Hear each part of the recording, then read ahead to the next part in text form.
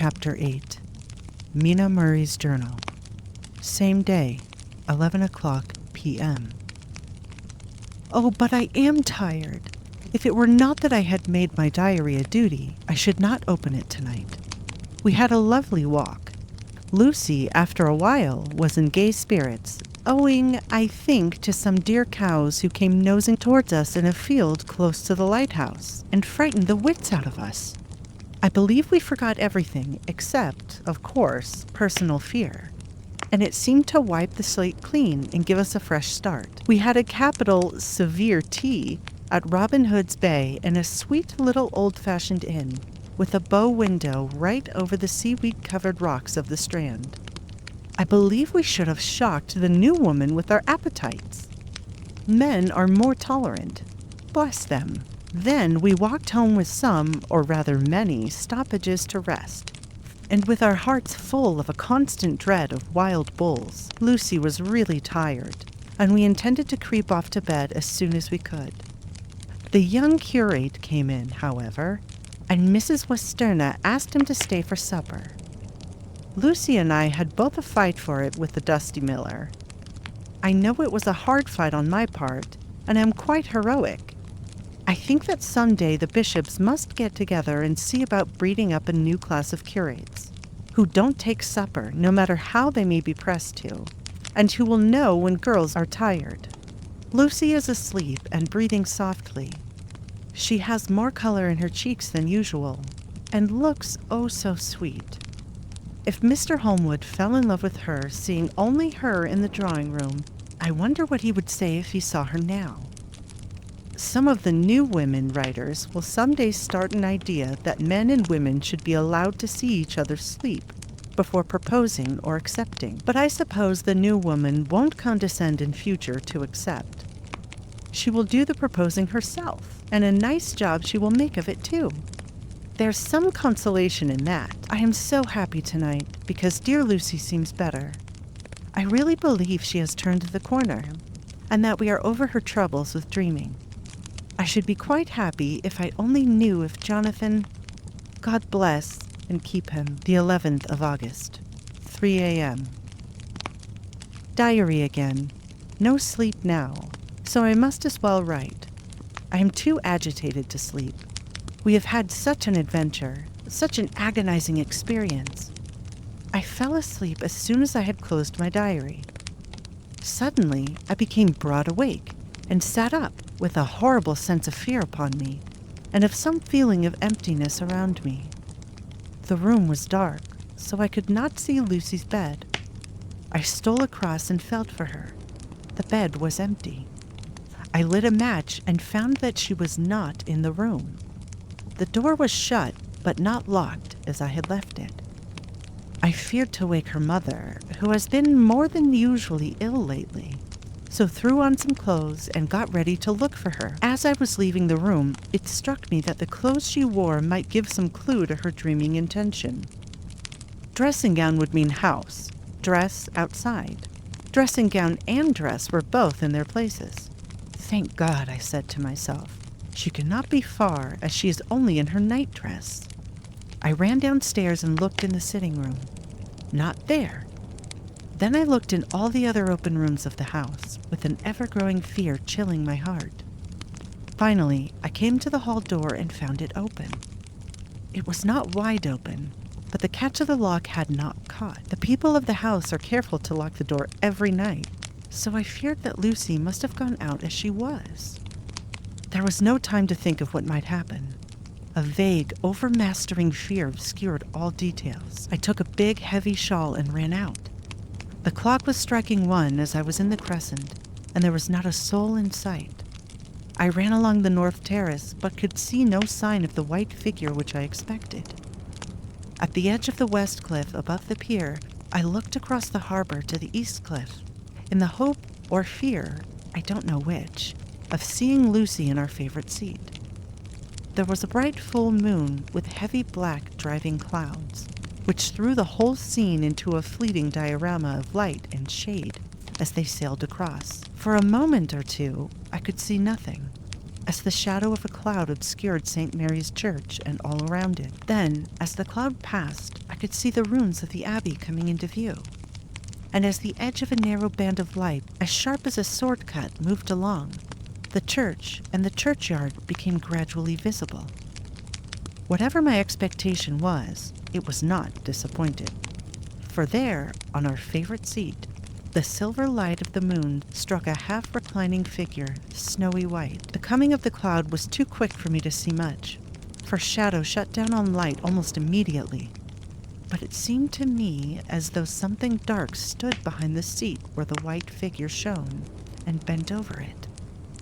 What it was, whether man or beast, I could not tell. I did not wait to catch another glance, but flew down the steep steps to the pier and along by the fish market to the bridge, which was the only way to reach the east cliff. The town seemed as dead, for not a soul did I see. I rejoiced that it was so, for I wanted no witness of poor Lucy's condition. The time and distance seemed endless, and my knees trembled, and my breath came labored as I toiled up the endless steps to the abbey. I must have gone fast, and yet it seemed to me as if my feet were weighted with lead, and as though every joint in my body were rusty. When I got almost to the top, I could see the seat and the white figure, for I was now close enough to distinguish it even through the spells of shadow. There was undoubtedly something, long and black, bending over the half-reclining white figure. I called in fright, "Lucy! Lucy!" And something raised a head, and from where I was, I could see a white face and red, gleaming eyes. Lucy did not answer, and I ran on to the entrance of the churchyard. As I entered, the church was between me and the seat, and for a minute or so I lost sight of her. When I came in view again, the cloud had passed, and the moonlight struck so brilliantly that I could see Lucy half reclining with her head lying over the back of the seat. She was quite alone, and there was not a sign of any living thing about. When I bent over her, I could see that she was still asleep. Her lips were parted, and she was breathing, not softly as usual with her, but in long, heavy gasps, as though striving to get her lungs full at every breath.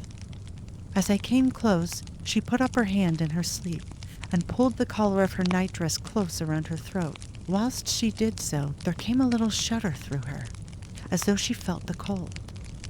I flung the warm shawl over her and drew the edges tight around her neck, for I dreaded lest she should get some deadly chill from the night air, unclad as she was. I feared to wake her all at once, so, in order to have my hands free that I might help her, I fastened the shawl at her throat with a big safety pin. But I must have been clumsy in my anxiety and pinched or pricked her with it.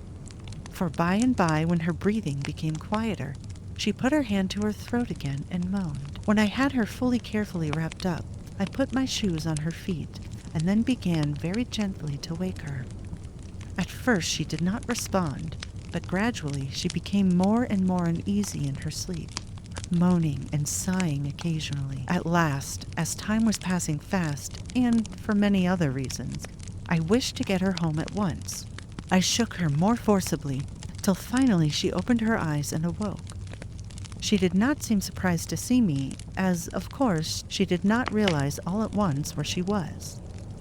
Lucy always wakes prettily, and even at such a time, when her body must have been chilled with cold, and her mind somewhat appalled at waking unclad in a churchyard at night, she did not lose her grace. She trembled a little and clung to me.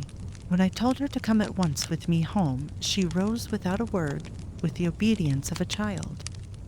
As we passed along, the gravel hurt my feet, and Lucy noticed me wince. She stopped and wanted to insist upon my taking my shoes, but I would not.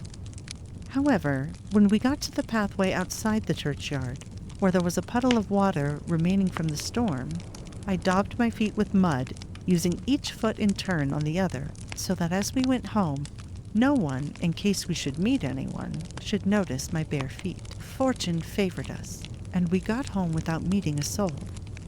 Once we saw a man who seemed not quite sober, passing along a street in front of us, but we hid in a door till he had disappeared upon an opening such as there are here, steep little closes, or wynds, as they call them in Scotland. My heart beat so loud all the time that sometimes I thought I should faint.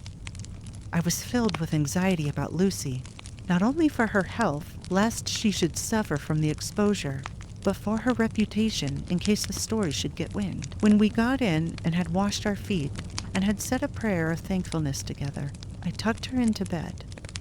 Before falling asleep, she asked, even implored, me not to say a word to anyone, even her mother, about her sleepwalking adventure. I hesitated at first to promise, but on thinking of the state of her mother's health and how the knowledge of such a thing would fret her, and thinking, too, of how such a story might become distorted, nay, infallibly would, in case it should leak out, I thought it wiser to do so. I hope I did right.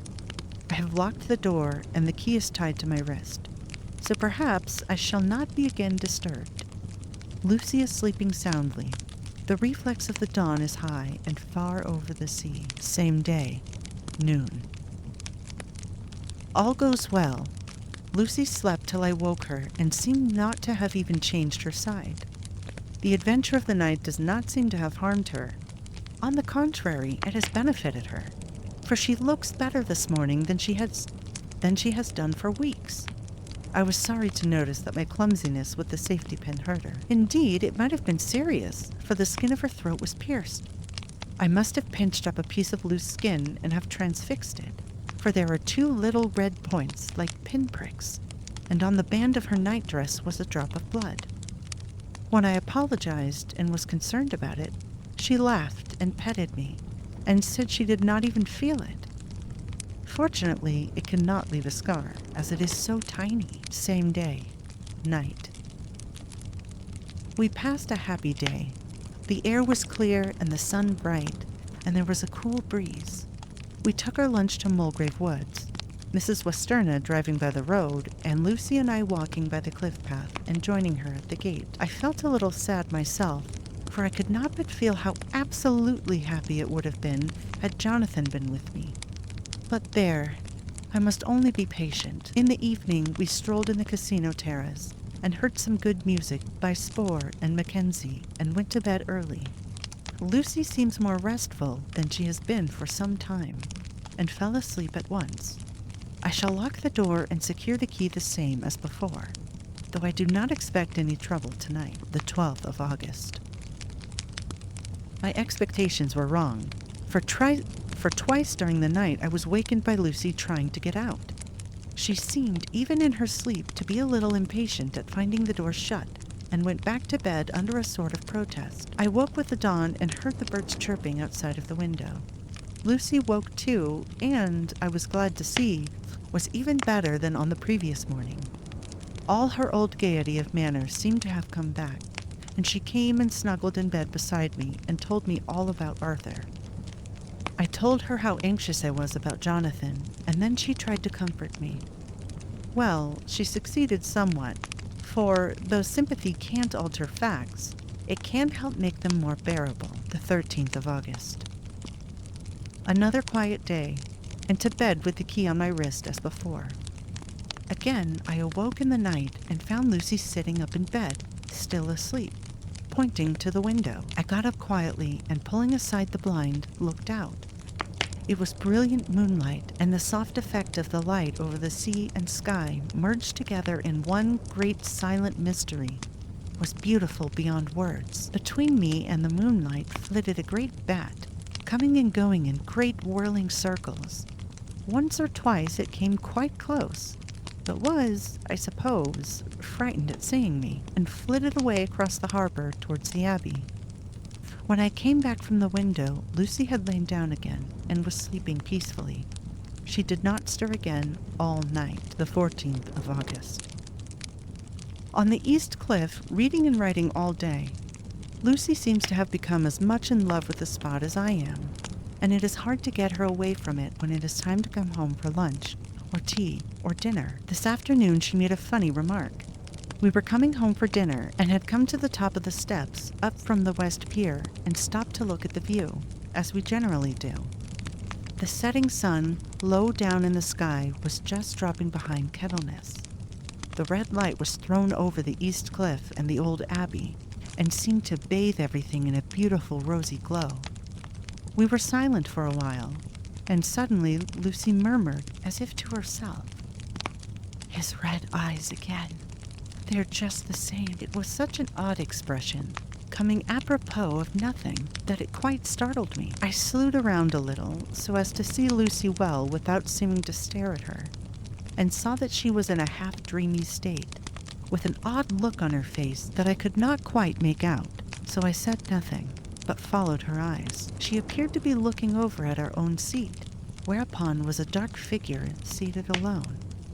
I was a little startled myself, for it seemed for an instant as if the stranger had great eyes like burning flames, but a second look dispelled the illusion.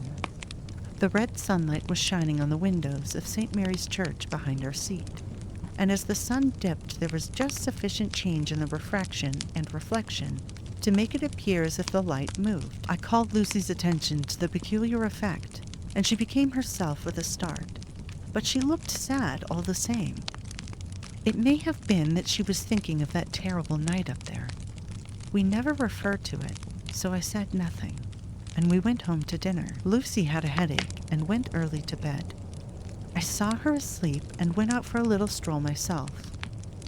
I walked along the cliffs to the westward and was full of sweet sadness, for I was thinking of Jonathan. When coming home, it was then bright moonlight, so bright that though the front of our part of the crescent was in shadow, everything could be well seen.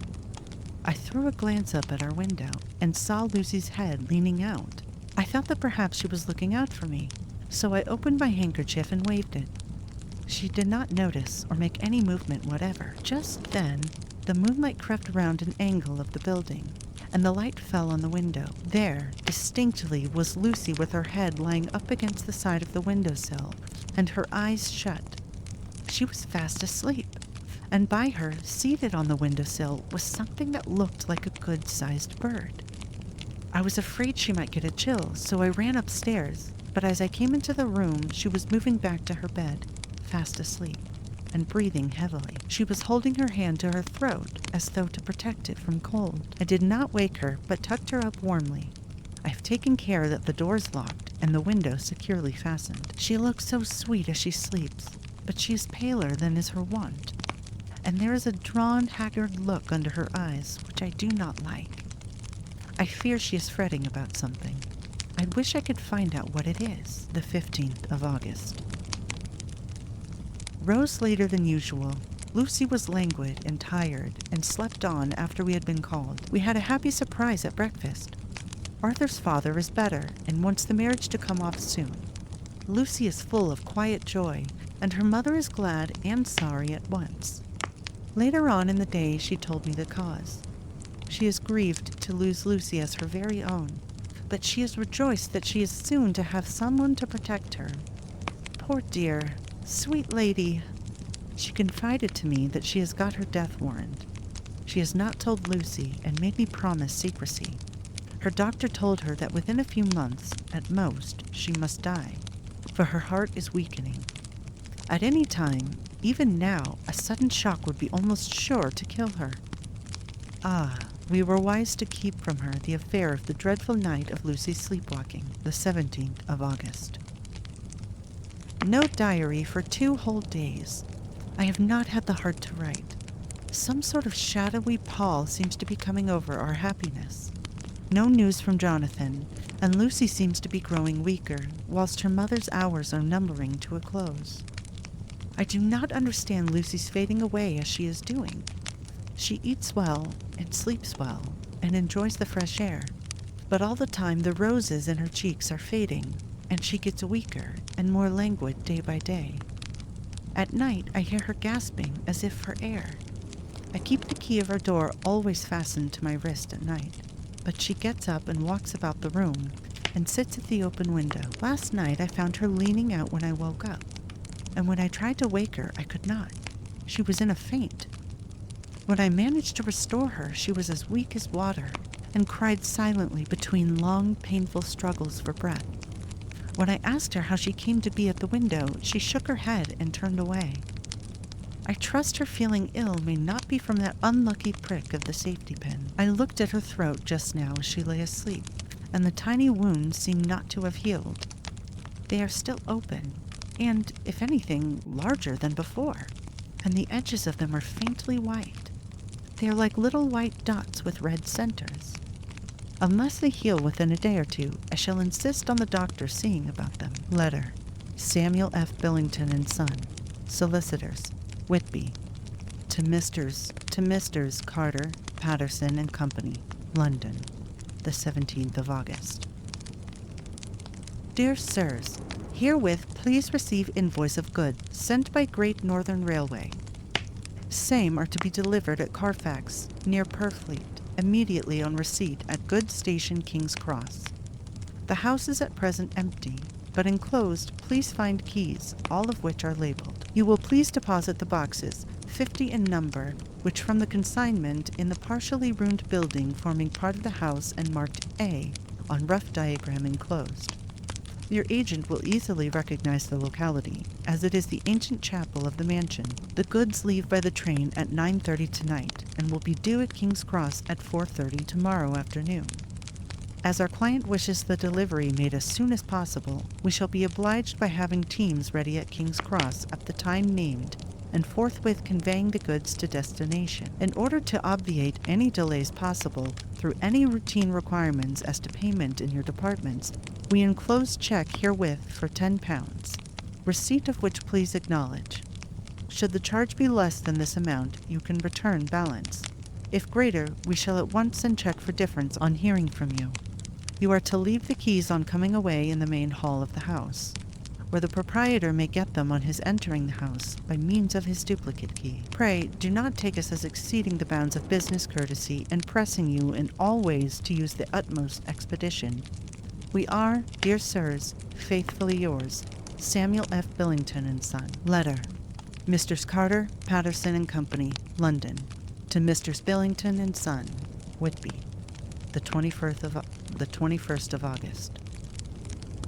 Dear sirs, we beg to acknowledge £10 received and to return check £1, 17 shillings, 9 pennies. Amount of overplus as shown in receipted amount herewith. Goods are delivered in exact accordance with instructions, and keys left in parcel in main hall as directed. We are, dear sirs, yours respectfully, Carter, Patterson and Company. Mina Murray's Journal, the 18th of August. I am happy today and right sitting on the seat in the churchyard. Lucy is ever so much better. Last night she slept well all night and did not disturb me once. The roses seem coming back already to her cheeks, though she is still sadly pale and wan-looking. If she were in any way anemic, I could understand it, but she is not. She is in gay spirits and full of life and cheerfulness.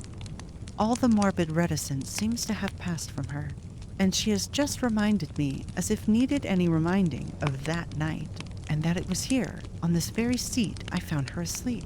As she told me, she tapped playfully with the heel of her boot on the stone slab and said, "My poor little feet didn't make much noise then. I dare say poor old Mr. Smalls would have told me that it was because I didn't want to wake up Geordie." As she was in such a communicative humor, I asked her if she had dreamed at all that night.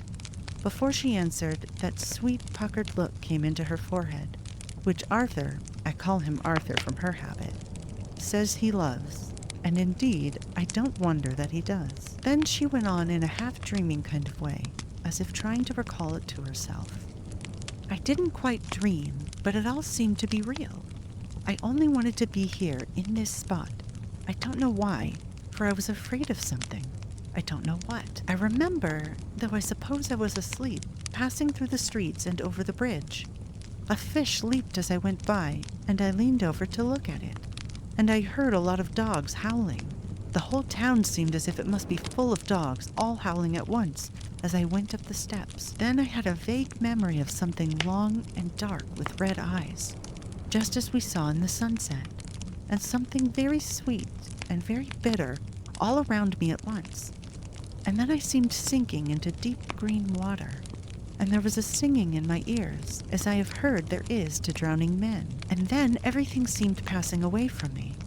My soul seemed to go out from my body and float about the air.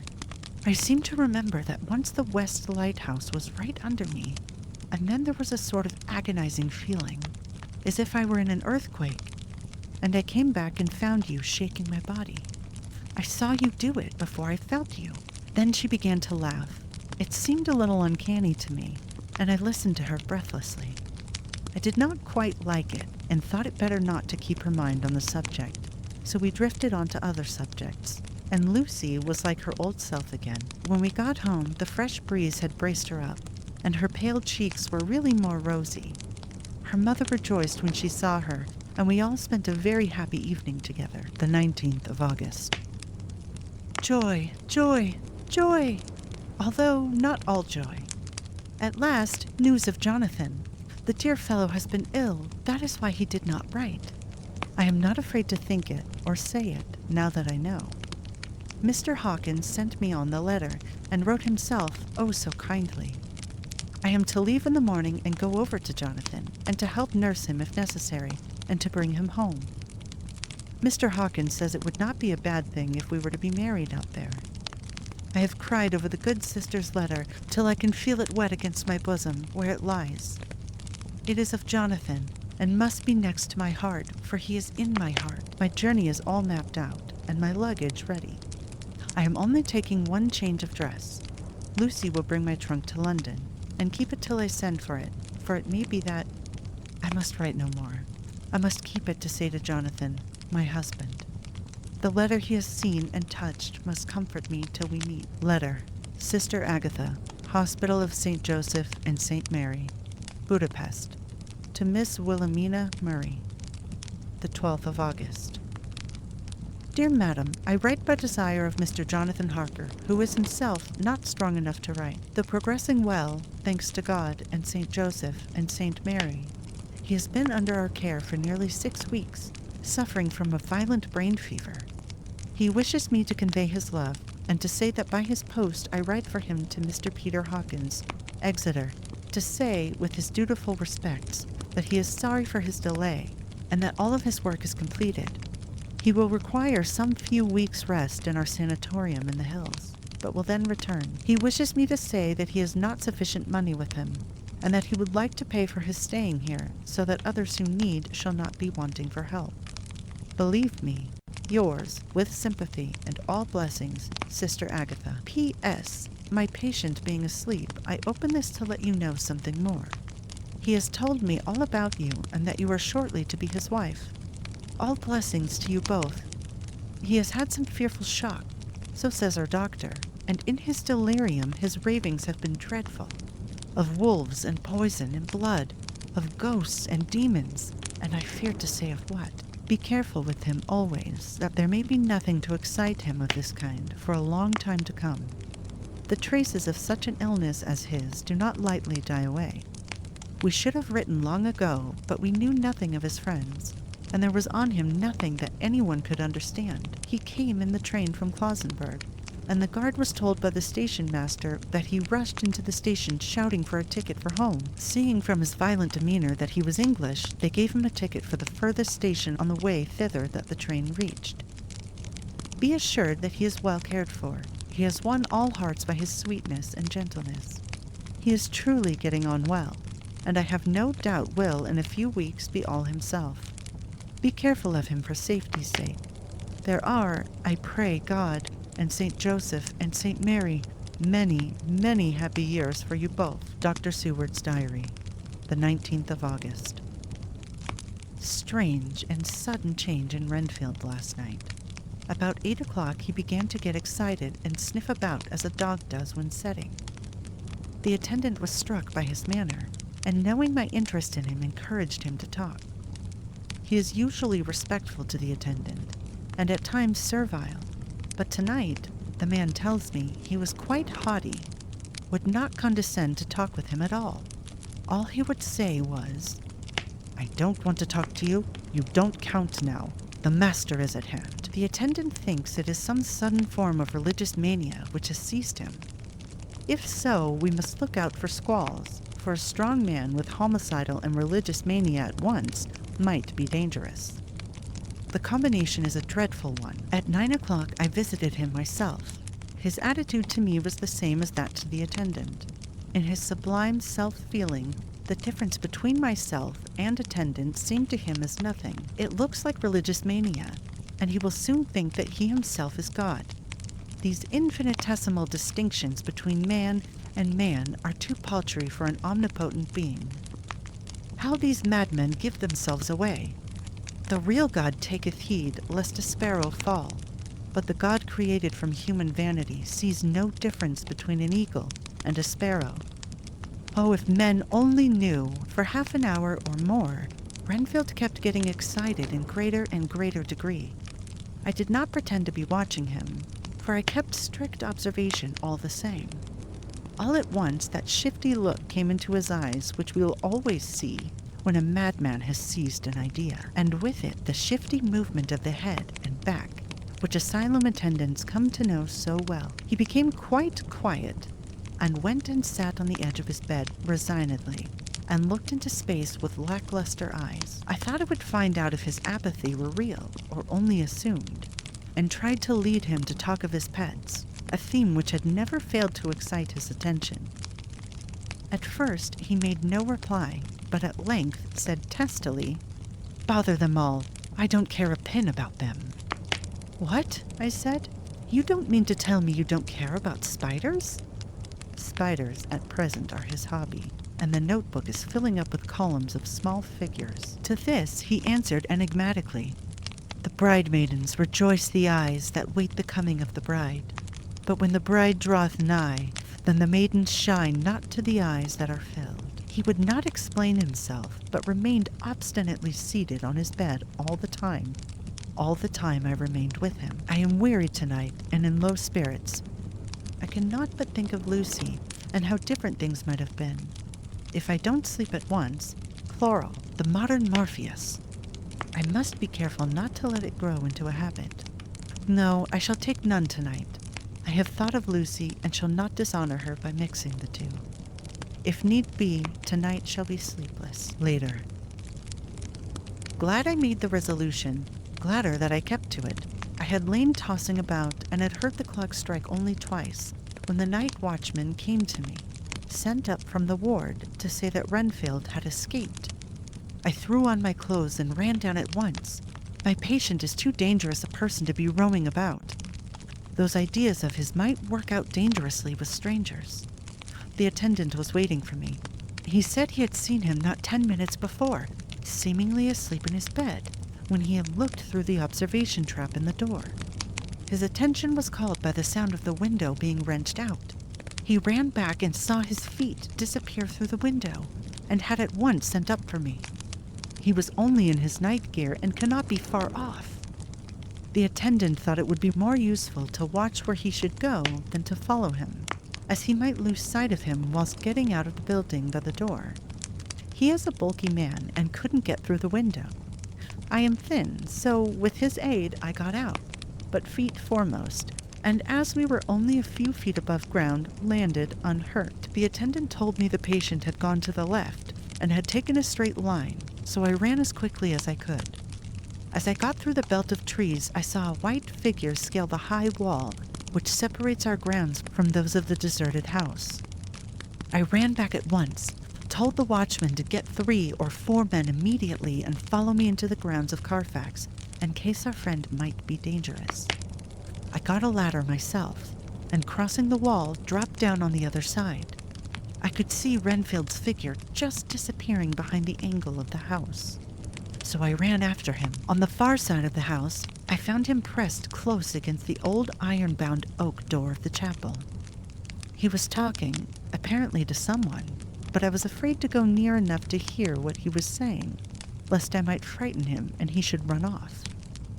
Chasing an errant swarm of bees is nothing to following a naked lunatic when the fit of escaping is upon him. After a few minutes, however, I could see that he did not take note of anything around him, and so ventured to draw nearer to him. The more so as my men had now crossed the wall and were closing him in. I heard him say, "I am here to do your bidding, master. I am your slave, and you will reward me, for I shall be faithful." have worshipped you long and afar off. Now that you are near, I await your commands. And you will not pass me by, will you, dear master? And your distribution of good things, and your distribution of good things? He is a selfish old beggar anyhow. He thinks of the loaves and fishes even when he believes he is in a real presence. His manias make a startling combination.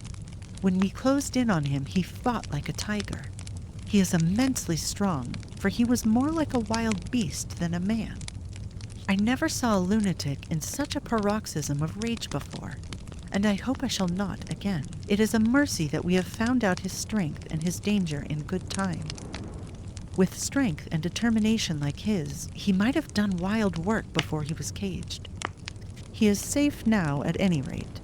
Jack Shepherd himself couldn't get free from the strait waistcoat that keeps him restrained, and he's chained to the wall in the padded room.